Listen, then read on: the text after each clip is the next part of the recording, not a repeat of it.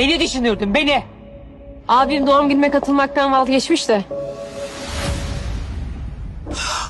Gül ve Günahlar dizimize sürpriz yeni oyuncular katılıyor. Kulis bilgilerine göre Kadir'in gerçek babası önümüzdeki bölümlerde hikayeye dahil olacak ve tüm dengeler değişecek. İlerleyen bölümlerde herkes Cihan'ın Azra'yı zorla yanında tuttuğunu ve ona işkence yaptığını öğrenecek. Bu büyük gerçek ortaya çıktıktan sonra Cihan ve Azra resmen boşanacak. Azra ile Mustafa arasında yaklaşma başlayacak. Bu durum Cihan'ı çılgına çevirecek.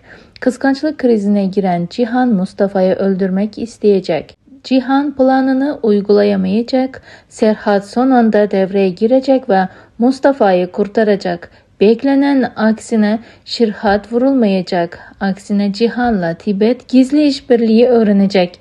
Bu gerçeğin ortaya çıkmasıyla Cihan ve Serhat arasında büyük bir savaş başlayacak. Final hamlesi ise Serhat'tan gelecek. Serhat Cihan'ı hem otelden hem de aileden kovacak.